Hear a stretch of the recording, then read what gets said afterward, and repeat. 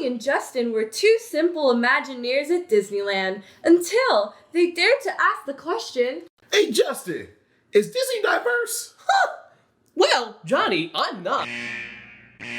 "Oh no, we've angered the mouse!" Stormtroopers, run!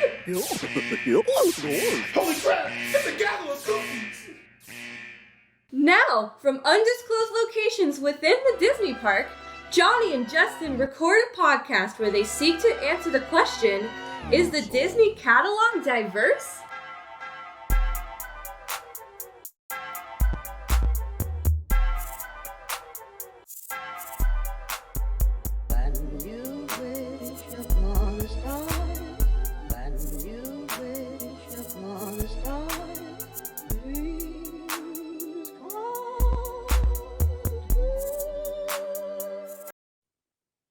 Michael Bay killed Transformers. Whoa, what's up, everybody? Welcome to another episode of Disney+Diversity.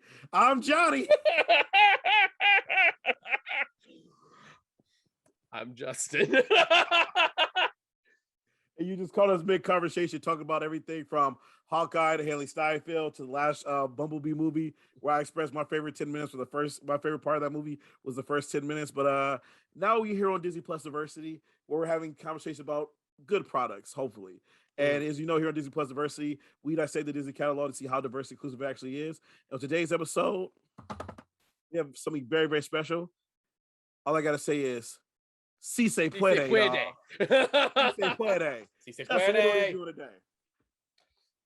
We are going to be talking about, in goodness, it's actually the anniversary year, might I add. We're going to talk about Gotta Kick It Up, Woo! The Disney Channel original movie.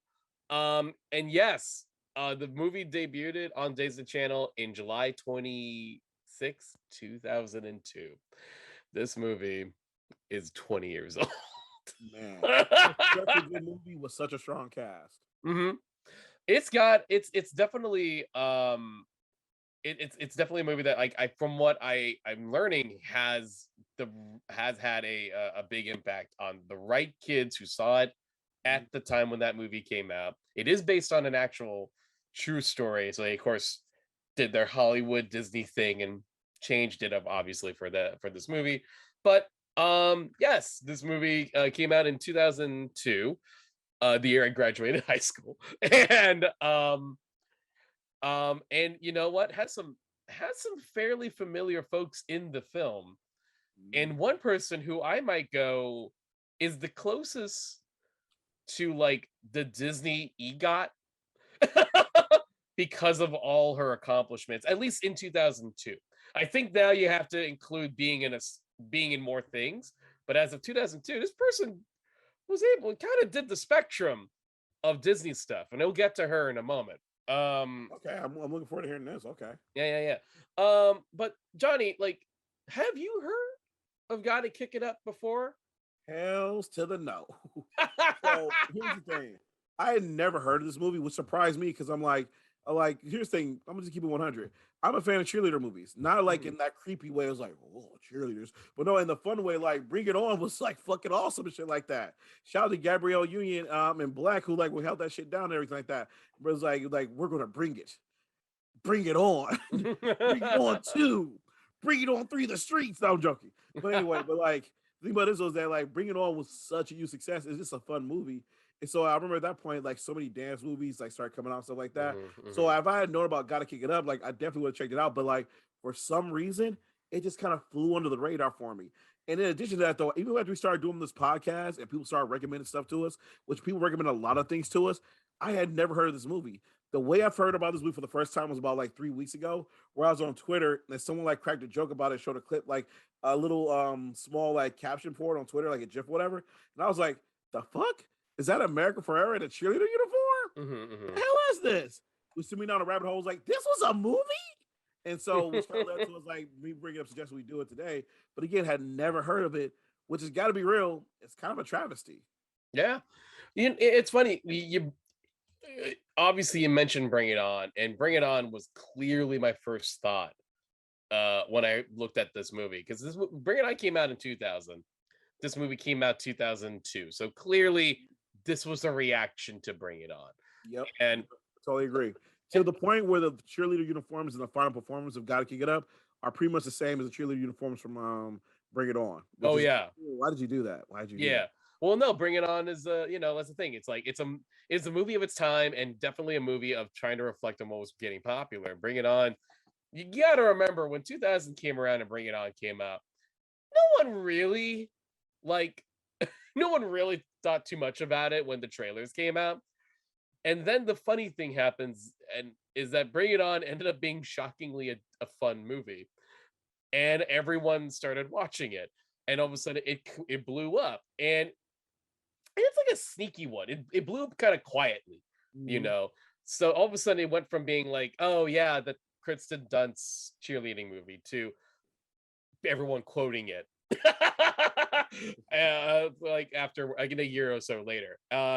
Dude, I mean, let's be real. It has so many cute scenes to it. Like that toothbrush scene of like, like have the races like, oh my God, they're falling in love. like again, it just like you said, it has so many cute moments in it. Let's also be real. It had faith in it, Justin. It had faith. She was 5 by 5 beef. Elijah Jones at her peak popularity was that movie. So again, it had a lot of things going for it. It did. And obviously the influence of that movie after it came out, just kind of showed that like, okay, everyone's Spirit me. Dang it. But everyone had to bring it on. Everyone had one. And so clearly Disney got their own Bring It On. And it's interesting when I think of the Disney Channel movies we've been watching, there is a part of me that I don't know how many, because I can't find a lot of production history on these movies, but there's a part of me that's wondering, like, were these originally set out to be Disney Channel movies, or were these movies that were being shopped around, and then the Disney Channel was the place that went, hey, we'll make that movie? Well, actually, here's the thing. I agree with you, and I actually think it might be worse than that. I feel like as I watched this movie, because here's the thing, this came out in 2002. Anybody came out 2 years after Bring It On, but this movie legit looks like it was shot in 1994. No BS. This looks like a made-for-TV movie, and that's not the crack on the cast or people behind this or whatever. It's just to say there felt like there was no budget on this bad boy, and the equipment they were working with was just like, ugh. But again, the thing about this was that the story itself and what they're putting out here is A1 plus. But the thing about this, it feels like this movie was like made by like a smaller studio that wanted to tell the story of these like Latinx cheerleaders and everything like that. These Chicano cheerleaders from like South LA. But the problem with it is though is that like once they made it, they just kind of shopped it around. Disney said, was like, oh yeah, we'll just throw on the channel. Yeah.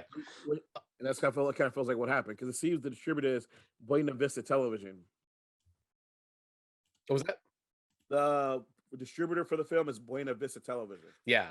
I'm looking. Here's the thing. I actually, just out of curiosity, because I heard it was based on a true story, I just decided to look up true story at the moment, and I found the 2002 LA Times article about the movie. What did it say? Basically, the movie is based on the true life experiences of Megan Cole, who is a producer who made her producing debut on this film. She was working at the Walt Disney Company, and Cole was involved with the nonprofit Teach for America program that places instructors in under-resourced schools across the country. Yeah, So, I was part of it. Okay. Oh, all right. There we go. Cole, who has a master's degree in education at Harvard University, landed at Nimitz Middle School in Huntington Park. And that's where she started teaching the campus's first competition dance program. And so I guess this movie is based upon her experiences. And I don't know what point they, like she pitched to Disney or what have you, or she was hoping this to be a theatrical film. But it did get around to eventually turning into what it is, which is a Disney Channel TV movie, which does kind of show its budget. Like, here's the thing. You know what I noticed they didn't have money for, Johnny? What? Music. Yeah, same. There was a couple of songs in this movie that I'm like, I know what you wanted that to be. Specifically in the jump at the finale, there's a song in the beats in the first minute of the song. I'm saying, I think that was supposed to be Bombs Over Baghdad.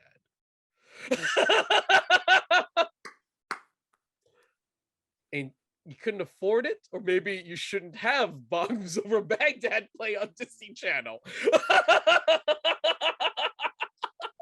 2002, where we're literally,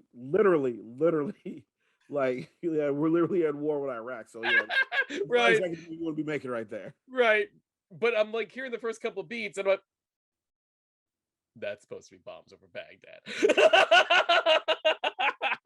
I get it, and like you said, we were literally at war, but probably that's where it's like, yeah, the money didn't come through, and you had to kind of do this sort of like very loosely based on thing.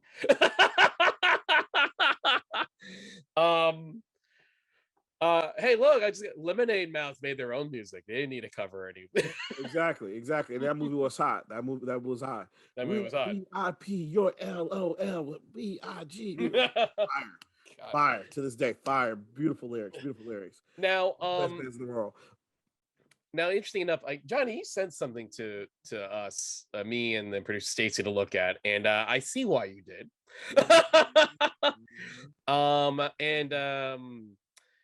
Should I describe it? What you sent to us? I'll do it. So all right. So there's a certain Mad TV skit which kind of went down in hilarity history, especially amongst us teachers. It's called White Lady.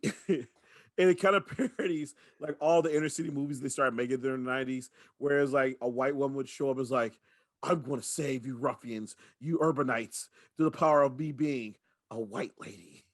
And so honestly, like, and again, it's hilarious. And again, hopefully producer Stacy can drop it in our Twitch stream.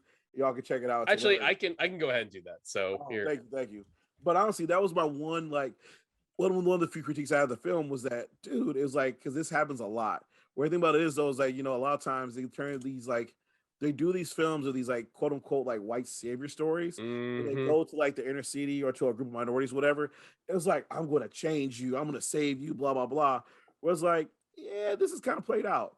There are tons of Black and brown and features of color who are there every day, who are from those communities, who are there giving back and helping these kids just as much.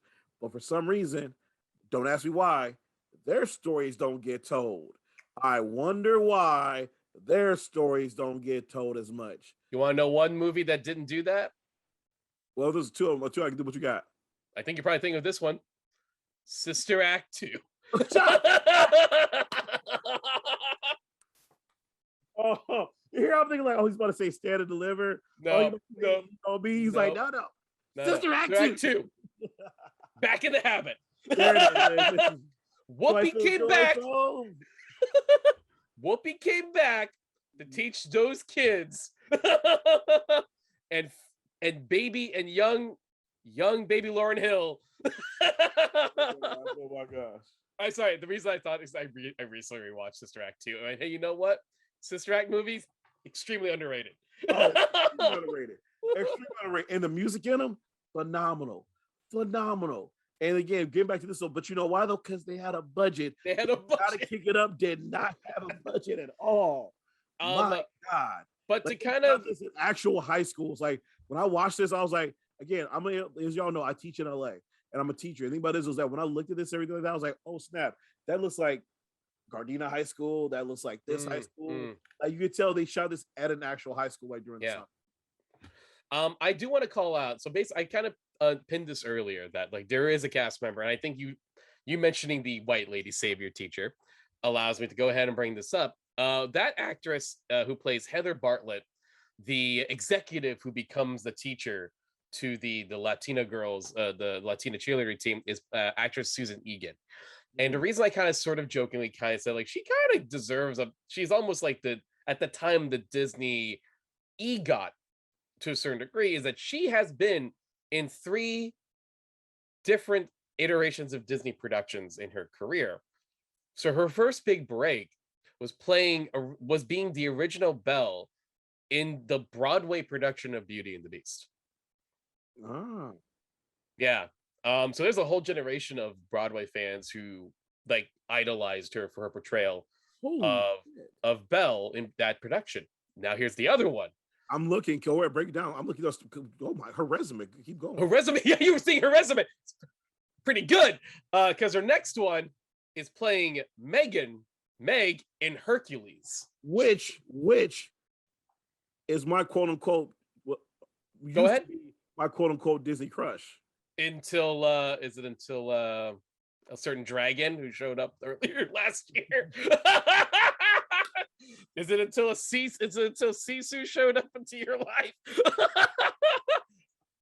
Not at all. Not at all. Oh, calling it back, baby. Oh my God. Calling it back. Go watch our Ryan the Last Dragon episode up on YouTube and see Laura torture Johnny whenever she busses up her Oh my doll. God. Go check it out. One of our better episodes, despite me being tortured. And it's editing that episode too. But no, Meg was my Disney princess crush for a minute. It's funny because she was such a strong character. It's so funny because like whenever I'm hearing Susan talk in this movie, I'm like, oh, that is you. That is you, Meg. I can hear it. But also I'm looking at this too though. Bam. She's the voice of Rose Quartz in Steven Universe. That is crazy. Yeah, that's a big one. That's a good one. That's a big one now. But yeah, if you're talking about the Disney trifecta, pretty impressive. Broadway, time, animated film, and now she even got to do a little bit of the Disney Channel original movie. Yeah, that's not bad. I think like if you were gonna do this now, you would have to also include like a Star Wars thing and a Marvel thing. Disney Plus. That's why the Mandalorian or something. Yeah, that's why the current one at the moment, the closest to current one at the moment is like Ming-Na Wen, because she was Mulan, she's in Boba Fett, she's technically, it will count for as of now Agents of Shield. Well, you know what? She actually might get the trifecta. Another one, because guess what? Recently, she was just in. She was just on The Simpsons. Oh yeah, she was on the most recent. She also Omar. But you know what? She don't have Broadway, and Susan still beats her in that. But I praise Susan as a performer in her career. That's an amazing career. It is. It's stupid though. Probably Susan. Simpsons, Steven Universe, Modern Family. Good Lord. Oh yeah. Holy crap! Oh, never mind. Sorry, but even for video games, she did Kingdom Hearts. Okay. Yeah, she's very busy. Good for her. But that is not. I want to say all that and say, hey, respect to Susan Egan. She rules. That is it's not her fault though that she is the white teacher savior that you're talking about. And she was a Spirited Away. Oh, like the American dub? Yeah, she played Lynn. That's pretty fucking good. Oh, damn. Talking about doing a lot of great. Damn. Yeah, she was busy. But again, props to Susan. But yeah, that was like one of my biggest critiques here. Was the fact that it was like you had this like white male teacher savior role, but I give it credit though that they managed to balance it out in a good way though, where it didn't get like overpower the film. Because a lot of times like with the white savior role is that like, you go to movies like Hillary Swank's Freedom Riders and like other films like that, Dangerous Minds is like where they show up and it's like these kids of color can't empower themselves. And it's like, oh, we can't do these things without you. But what's dope about this film was that it was the exact opposite. In a way, the kids are the ones who helped her. Yeah. And the thing was that she'd actually really didn't help them that much. If anything, the kids demanded more of her because she was holding them back. Right. Because like as the movie gets going or whatever, it starts off the first day of school. We start to meet these girls and they go to like a school that's based in Los Angeles and predominantly like mixed Latinx and like black and brown neighborhood, which is true. See, it like represents the community very authentically. But at some point, their actual dance teacher quits. This new teacher, Miss what's Susan's name in this movie? Bartlett. Miss Bartlett. She shows up as a new teacher and she's struggling and everything like that. But the principal's like, well, maybe you could coach the dance team. And the girls approach her like, it's a great way to build relationships with students. And as a teacher himself who runs a video game and anime club, trust me, it really is. So she starts to coach his team. But the problem with this is that like she's having them run laps, she's doing all these things, but she's not actually teaching them dance. So when they actually go to the first dance competition, they look horrible. Yeah. Horrible, terrible, basuda. And so the thing about it is that like it's bad. Yeah, believe it. But what ends up happening is the kids go to her and they get upset like, we're mad at you because you're not teaching us. For some reason, you're holding back and not teaching us. which I like is because again, it's a Disney Channel movie, but it kind of plays on that thought of like you're working with these these brown kids in a way you're not teaching them because you're not in a way you're undervaluing them, you're pitting them too much. It's Yeah. like, oh no, maybe I can't teach you this because it'll be too hard, or no, maybe I can't do these things for you because it'll be too challenging for you. You'll get frustrated, want to quit, which is a disservice to them. And that's the problem is because again, when they go into the real world and go into actual competition, guess what? They're not prepared. In a way, as a teacher myself, I feel that's an allegory for like, when teachers actually go into the ghetto, into the hood areas and actually teach kids, it's like you gotta be willing to challenge them and push them forward. Otherwise, when they get out to the real world, they're gonna fail. You're not usually doing them a disservice. Being there is not enough. You actually have to provide them with the tools to be successful, which I thought was pretty dope. And so after that competition, the girls go to her and they demand she teaches them, and then she does, and they start getting better. And that's an interesting angle on that too, because I do feel like that's an interesting thing about the decision of like kind of like, because yeah, normally it's always the narrative you just discussed. The teacher inspires. The teacher, that's why the big joke is, there was another sketch actually that SNL did a couple years back with Lin-Manuel Miranda, where he plays like the cool teacher, the cool substitute teacher that's supposed to change their minds, and he's like, you know who the greatest rapper of all time was, and they're all like, Shakespeare. Wait, what? We've heard this. We've heard this. There's always some guy like you who's this idealistic young teacher who's always trying to tell us that so and so is this or this is that. You're trying to connect us to our modern culture. You're like the 8th guy who's done that this year, dude. We get it. But the nice thing here, in a weird way, that's sort of this movie, is that we're like, no, fuck you. We want you to do better with us. Yeah, because we care. We give a damn. Yeah, and clearly you don't. Yeah, and they keep that going as another thing, because another thing I like too is there's that point where, as the coach, she makes the call. Was like when a competition does come up where they've gotten better, they've trained, they got all the stuff going. They're like, "Let's go compete," and she's like, "No, you're not ready yet." And again, she's holding the team back. And so, as the team do, one, they advocate for themselves. They say, "Let us go." She says no. They want to prove it to her, so they perform. They do their own performance at school. But she's like, "You're defying me. You're not listening to me." All these different things like that. But at the same time, though, these girls are advocating for themselves. Like, listen, we're defying you because you're again trying to hold us back. You're pinning us. You think we're not good enough. You're not seeing our potential. And again, a lot of times this has racial implications, but you kind of like you can read beyond. You can read layers of this. Like it's Disney, so they won't say it overtly, but you kind of see the seeds being sown there. Which is why, like again, it's not your typical dear white lady movie, or it's like save your white lady movie, because again, she's the one's messing up. She's not actually empowering them. They're having to overcome her, and they actually need to help her. This is interesting because I'm looking up who the creative team behind this film is.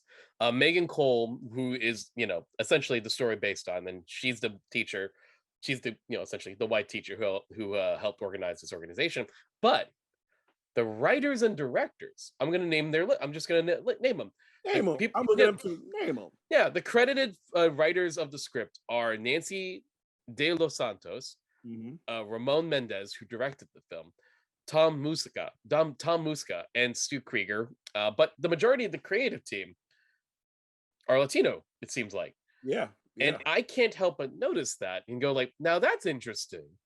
Because the creative team is predominantly Latino, the director and majority of the writers, I'm assuming there was probably a version of the script, or at least an outline, where Bartlett was the center point of the story. Yeah. And it was going to be all those other movies you mentioned earlier. The white savior, the good teacher who's going to inspire these kids. Maybe they'll teach her a thing or two, but she's going to inspire these kids to do the this and that and this. But I think the moment you got these Latino creators writing and directing the film, all of a sudden the narrative shifts and the motivation shifts into what you're currently describing that's happening in the film. It's the students empowering the teacher. And I think, if I'm going to take a guess, that's because the majority of the writers were the Latino creators who went, no, we've seen that story. Yeah.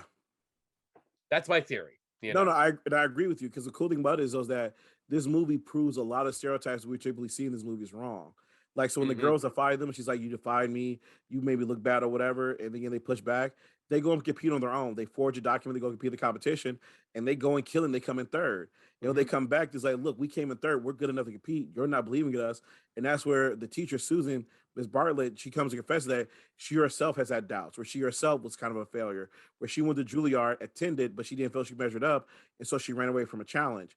And now she was doing that to those kids. Yeah. And those kids now empower her, but like, no, we need to face our challenges. So it creates these things where these kids empower this woman. And they do the same thing with Daisy. Daisy's like one of the stars of this movie, played by Camille Gauty. I'm sorry if I'm pronouncing that correctly. But Camille, in the story, she has a boyfriend, Chewy, who's like in like an older cat or whatever. They're in this movie supposed to be like in ninth grade. Chewy's probably like, in 11th grade. So not that big a deal, whatever. But Chewy's dropped out. And usually in these stories, the whole thing, plot line would be that Camille needs to dump Chewy and get away from him. Right. She drop him out of his life. He's a bum. He's a loser. He's holding her back. And she needs to upgrade to like some other dude or whatever. That's not what happens here. When Camille, Daisy, the character, begins to grow, gain opportunities because of her dancing, gain a scholarship potential opportunities and everything like that, get in a position where she can grow as a person, go to bigger and greater things. Chewie gets intimidated, which is just good writing, like any person would. It feels like, you're leaving me behind. I'm not good enough to be with you. But then later on comes back and is like, nah, I'm going to re-roll in school. I'm going to step my game up because I want to be with you and I'm going to grow with you as a person as well, which is more authentic and more real versus what we've always seen before. And that's dope as hell. Yeah.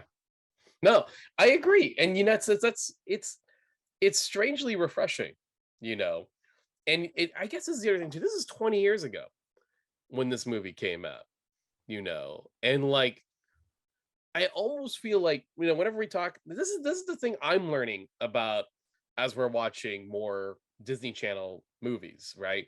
These movies that I used to kind of brush off when I was younger and go, "Oh, not for me. This is kid stuff."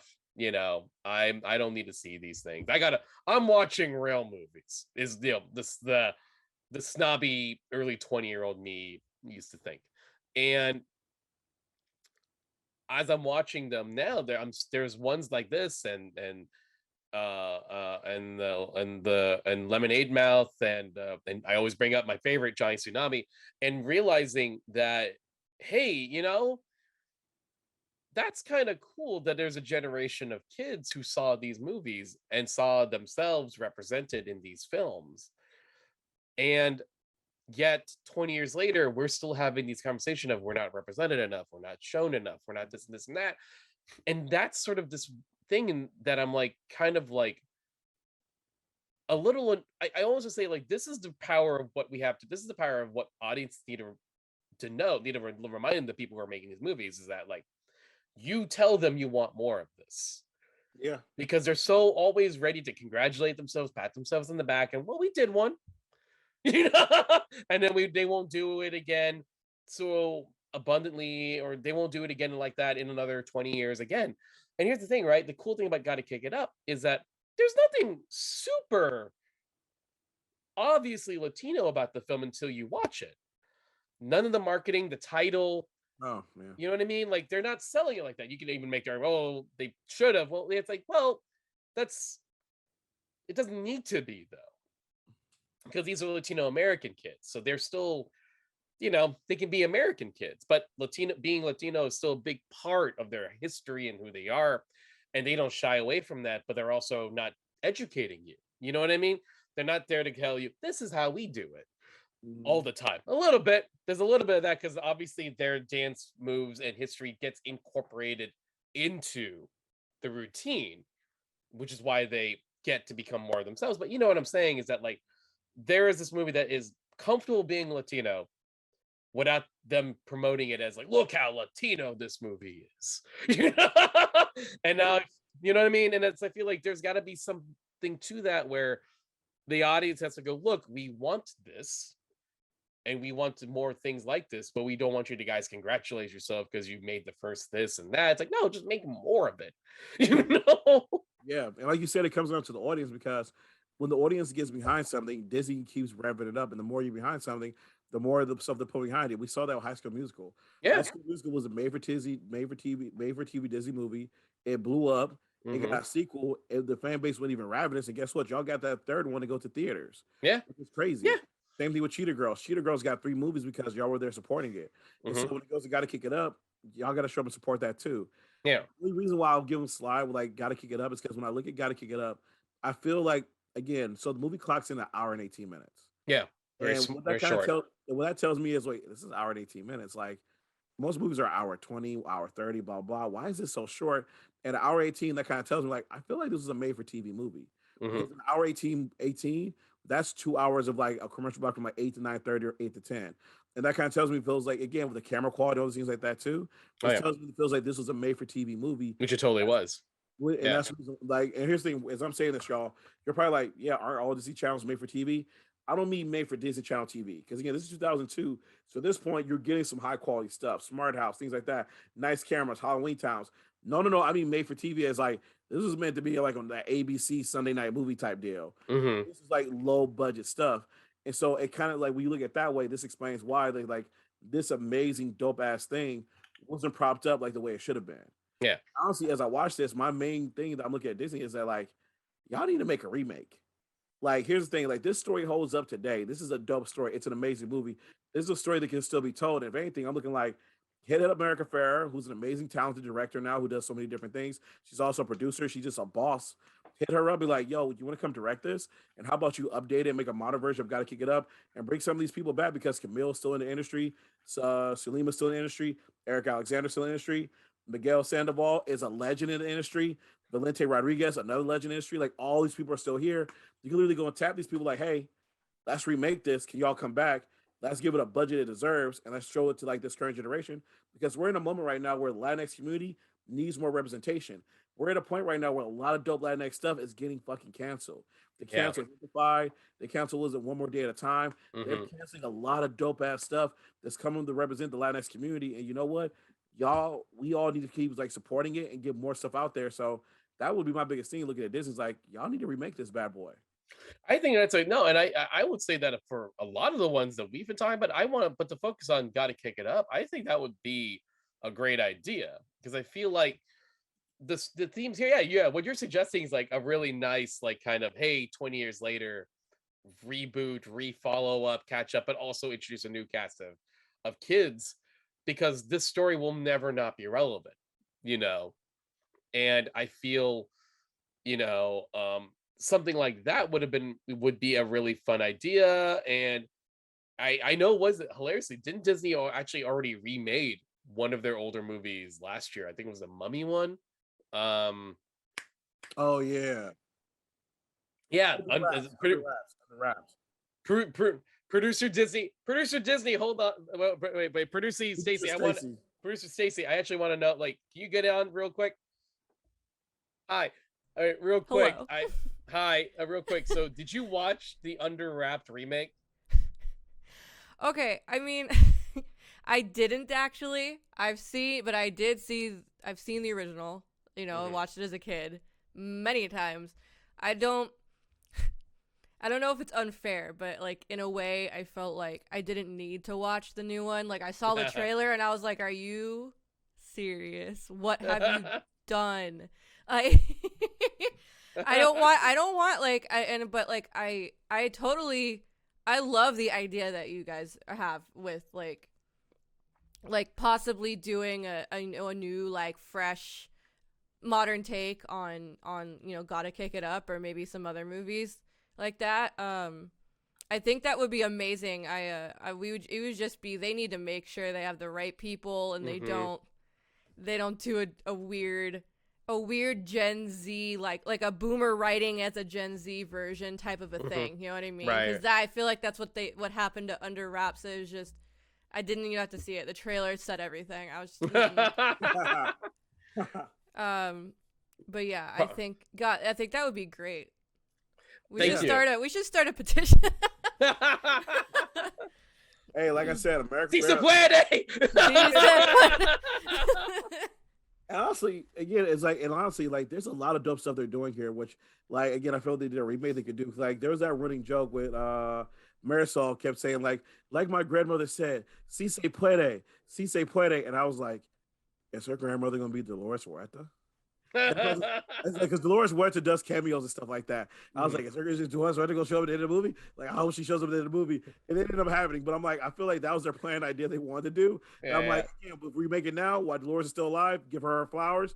That would be dope as hell. That would that'd be. be cool. That'd be cool.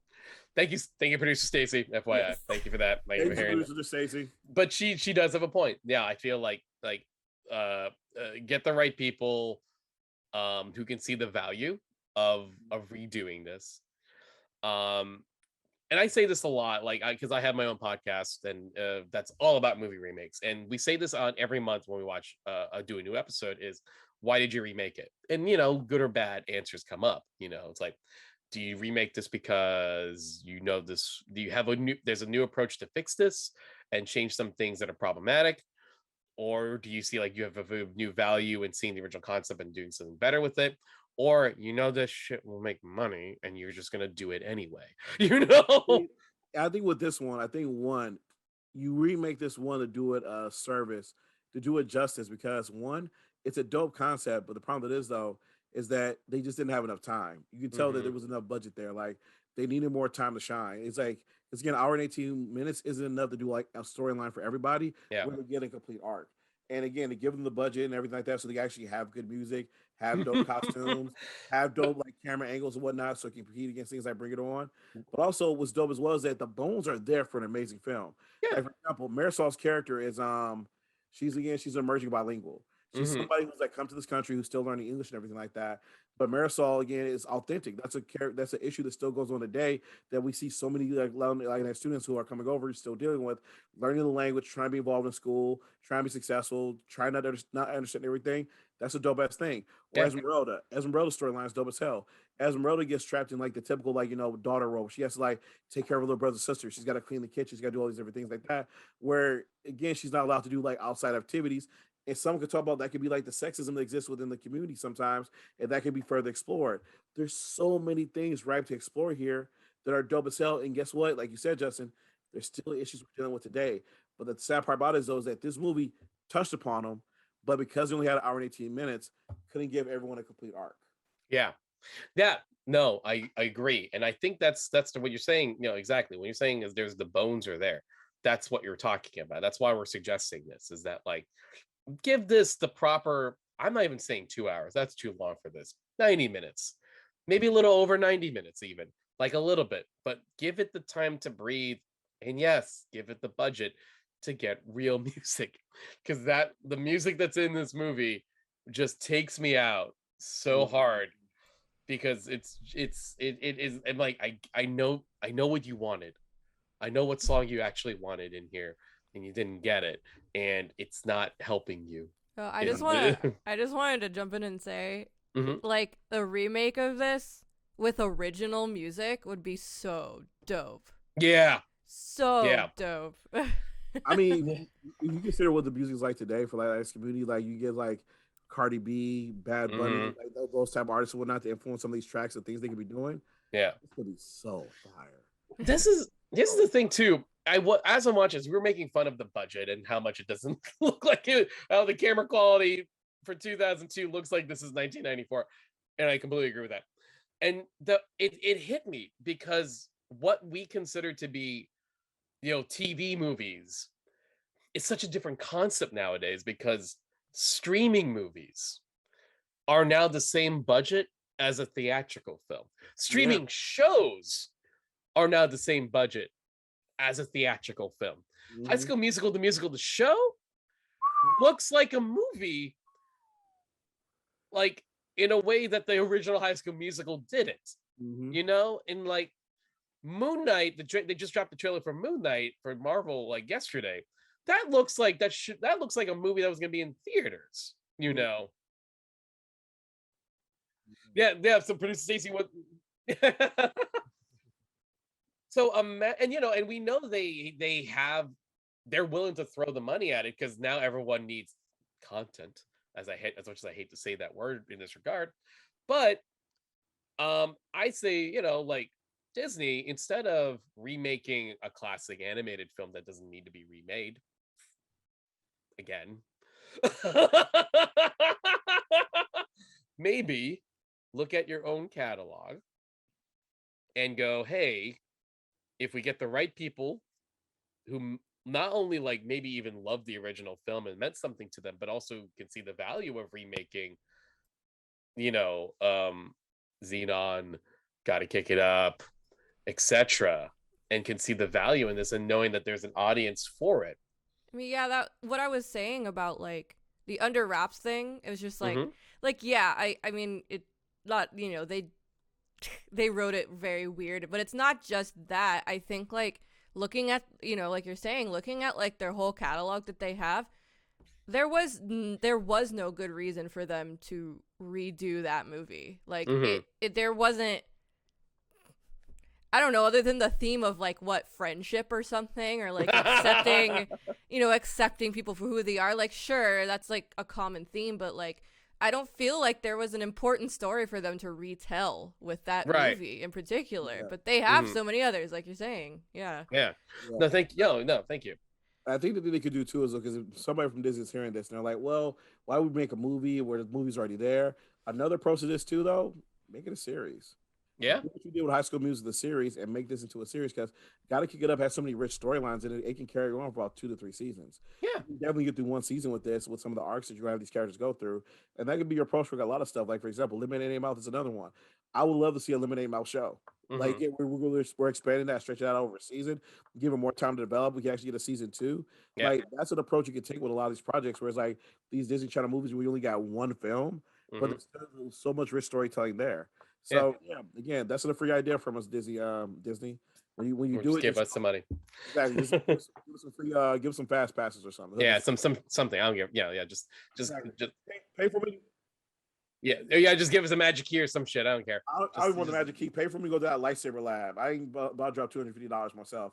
Oh, Pay for that'd be dope. lightsaber lab. That'd be dope. Just pay for my fucking lightsaber and Exactly. let me do the and let me do the whole building thing. We'll be square. But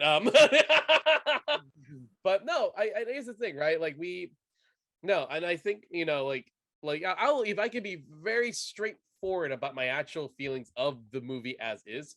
Of It's course, safe space. It's just me and you talking, and producer Stacy. and anyone who's watching us on Twitch, Wink. wait, I think the movie is fine as is, and the stuff that we're talking about, I completely agree, and I think that stuff is really is the stuff that I like to analyze when we're doing this show. But as a movie, it's fine, and I think there's stuff that like it takes me out of it. If I was more invested in the music, etc. And I don't say that as someone who's a snob about Disney these TV movies, because I legitimately like Lemonade Mouth and Xenon and Johnny Tsunami. I legitimately like these movies as is. I can see the budget. I think Lemonade Mouth to me is the one that's the closest to, you gotta put that in theaters. That probably would have worked in theaters, just cameras would be different and make it. But other than that, that's a solid movie. And like this one, to me, it's like it just loses me a little bit on its low production value. And the fact, like you said, it's only an hour and 18 minutes. The stories that could have been meatier, that we could have had if you just gave them a little bit more time to explore it, would have been something more to chew on. But it's not there, so I kind of disengaged a little bit more because we only get snippets of these characters' lives. No, and again, it's like as someone who teaches in South LA, who teaches like Black or brown students. This is a movie that I want to recommend to them. It's like, yo, y'all need to check this out.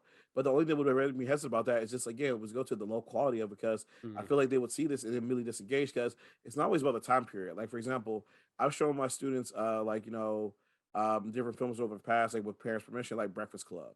But again, movies that were great stories hold up even when like over years. But again, even this one, you compare that to Breakfast Club that came out in the 80s, that quality isn't even there up to that snuff, which is kind of sad. Right. So that's the only thing, is that like you can remake this and do a great job with it. Plus, there's so many new storylines you can tell as well. Today, one of the big issues is being like Afro Latina and the colorism that comes with that. So you can take, for example, Alyssa, Joanna Flores' character, and make her like Afro Latina. So now she's talking about the colorism that exists with her. It was like, I'm Latina and Black, and guess what? I'm not always accepted by both communities, and there's stories you can tell there. There's so many rich opportunities and things you could do with this.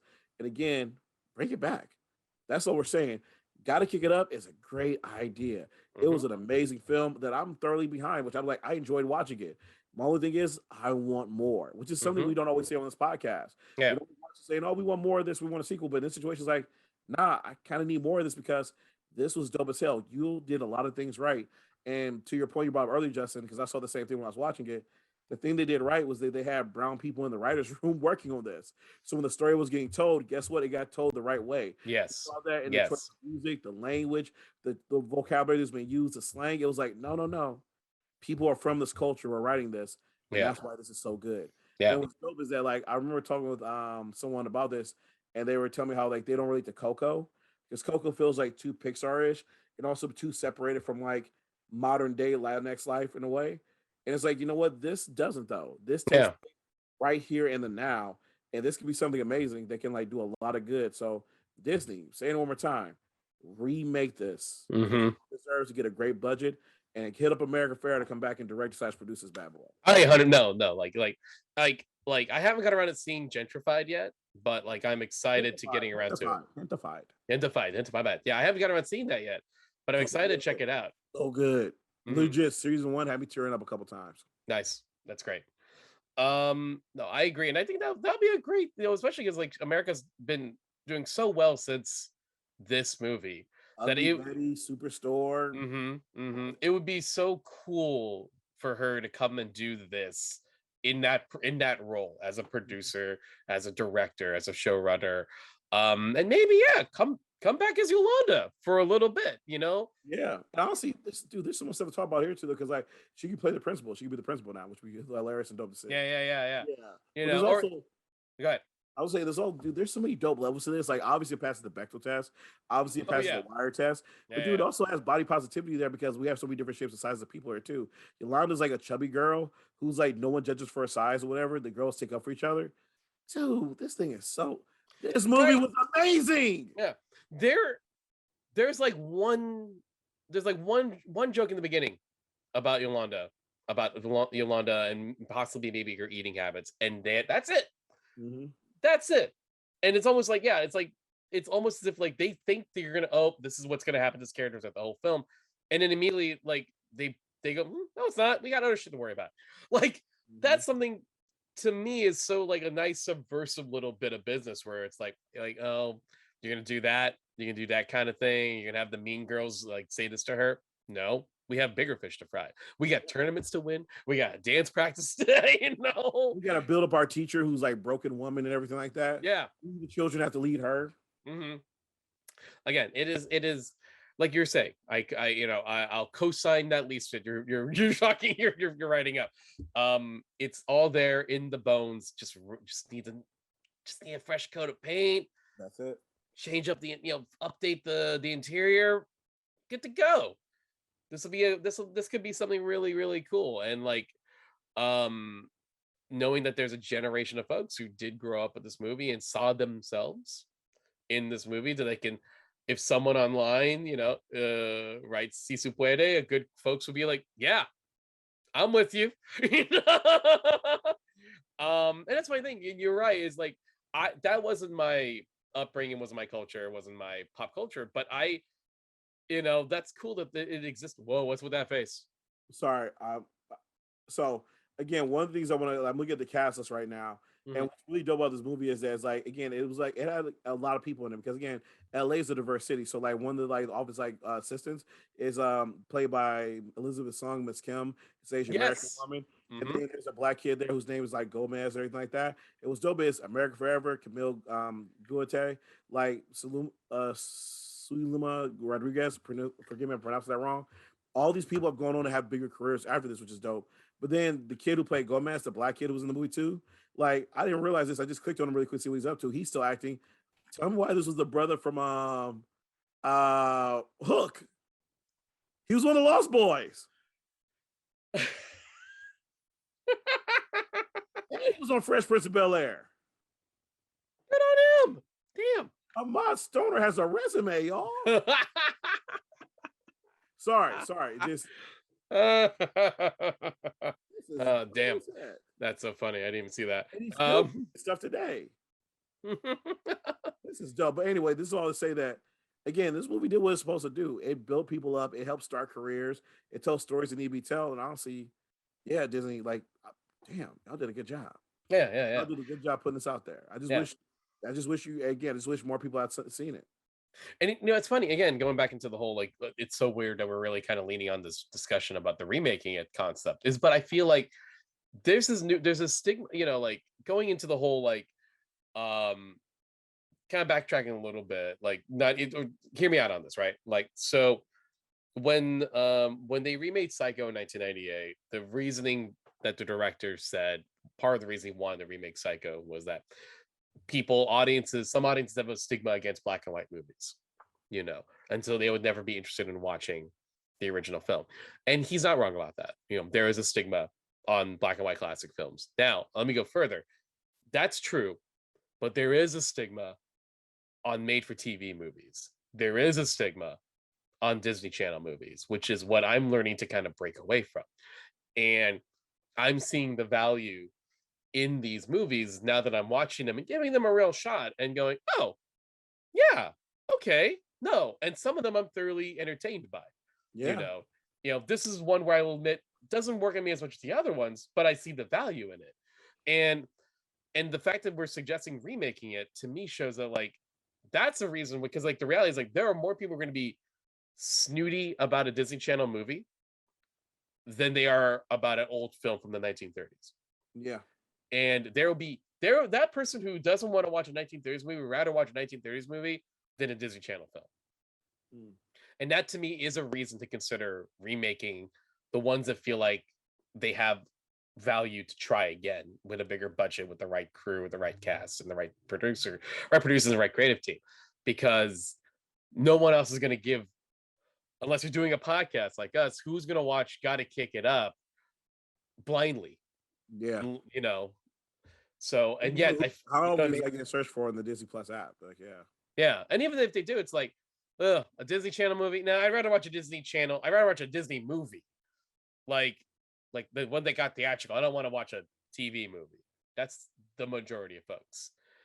Unless it's pushed on saying, well, you got to see it. Oh, you got to see it, And I feel like that is a little unfair. And I think, and I say that as someone who's breaking out from that mindset and being open to watching these. And yeah, like at the end of the day, like I said, like there's so much good stuff, good ideas, good representation in this that I feel like it should be considered to give it a shot again with a bigger budget, No, I just had an idea that we should do. Because we're approaching a year of doing this podcast pretty soon.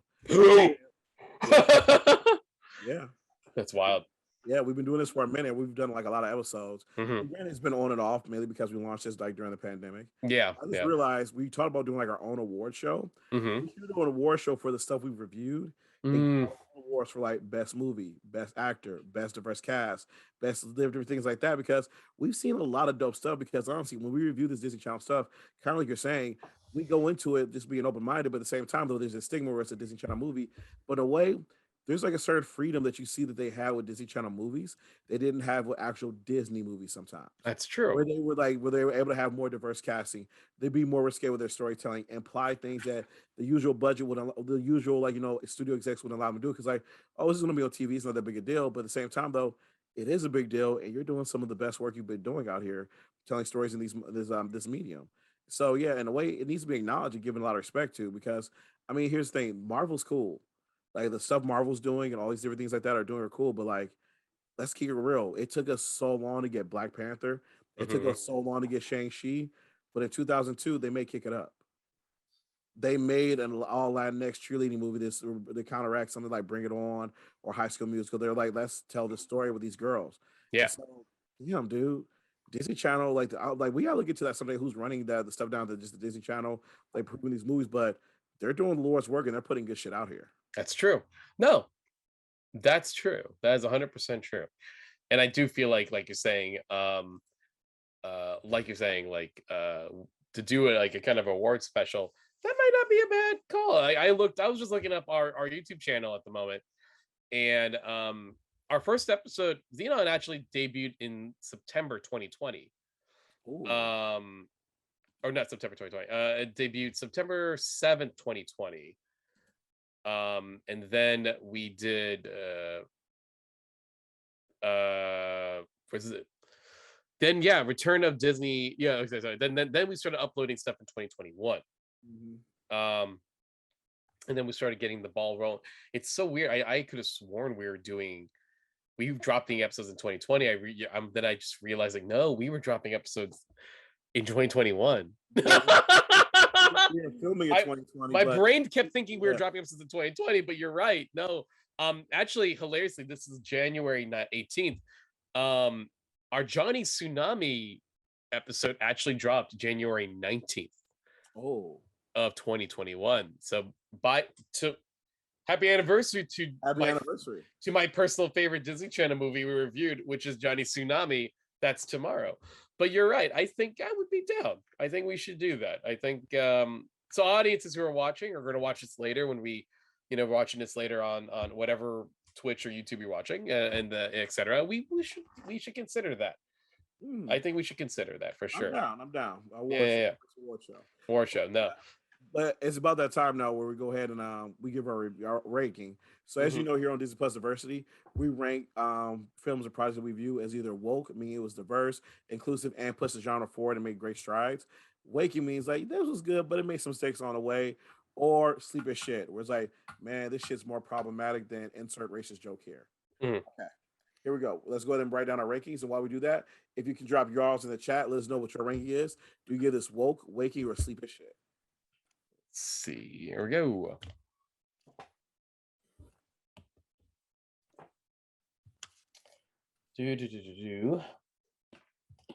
As we're doing this.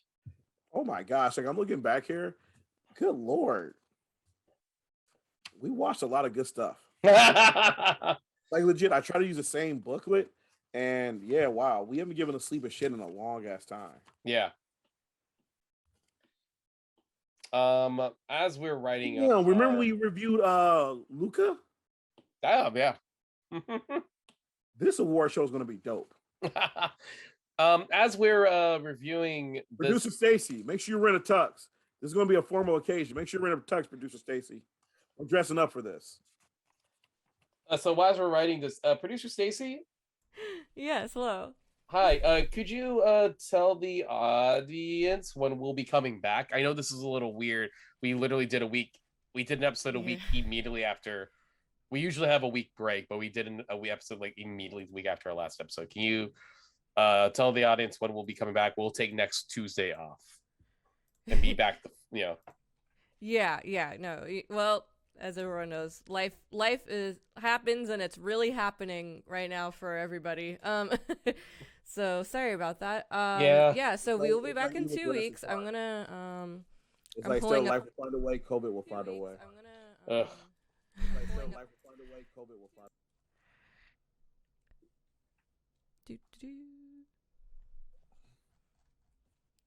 Oh, duh.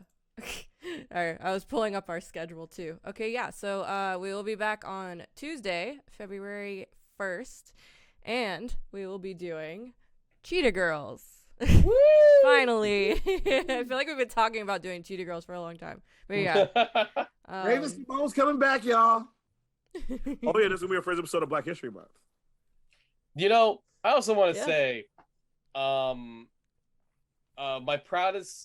my favorite episodes we were doing where I was really, like I feel like this is the purpose of our show was our Black History Month and our Pacific Asian Heritage Month. So February, May month episodes. And not saying the other episodes weren't great. It's just I am particularly proud of those months episodes. Again, if you can go look at our YouTube, but I'm particularly proud of those episodes because I feel like the guests we got, the conversations we had, looking back and just kind of asking some really interesting questions about those things. I really got excited about that. And I love our episodes on That's a Raven, Princess of the Frog. Soul might be one of my favorite episodes we've done, honestly.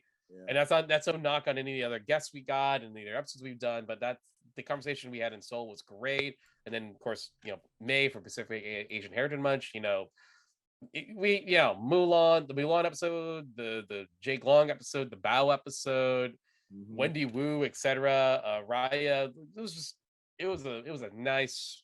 Those are some of my favorite episodes we've done. All of the ones of those 2 months, and we're not going to go as hard as we did this year. Let's be clear.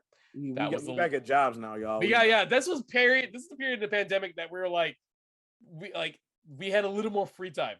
Exactly. To go a little hard. And honestly, it was a little bit of therapy as well because it kept us busy. Had to focus on what was going on outside. Yeah. So yeah, but no, I feel you because like those 2 months were dope. And honestly, I'm a little bit proud of what we did for like Pride Month as well because that's something that we were both outside of neither of us are members of those communities, but we were able to put something pretty cool together. Our views of Luca and our conversation we had with Tony and having our conversation of High School Musical versus Glee, which is a really dope episode. Again, I was surprised what won there, which is dope, and it should have won. Go check those out. But when we do these theme months, it's always a good time. Who knows? Maybe this time around when March rolls around, we do something for Women's Heritage Month. We'll see. Wouldn't be a bad idea. We'll see. Hocus pocus, y'all. You never know. Who knows? Who knows? Wait till Halloween. Okay, so you ready, Justin? Yes, I am. Okay, so we'll review our rankings to the screen. So again, y'all, we either rank it as woke, means diverse inclusive. Waking means like it's good but makes mistakes all the way, or sleep as shit was like, man, this shit problematic. Okay, here you go. Review our rankings to the screen on 3. 1, 2, 3. Woke. Si se puede. Si se puede. I suspected that was gonna happen. All right. Go ahead, Johnny.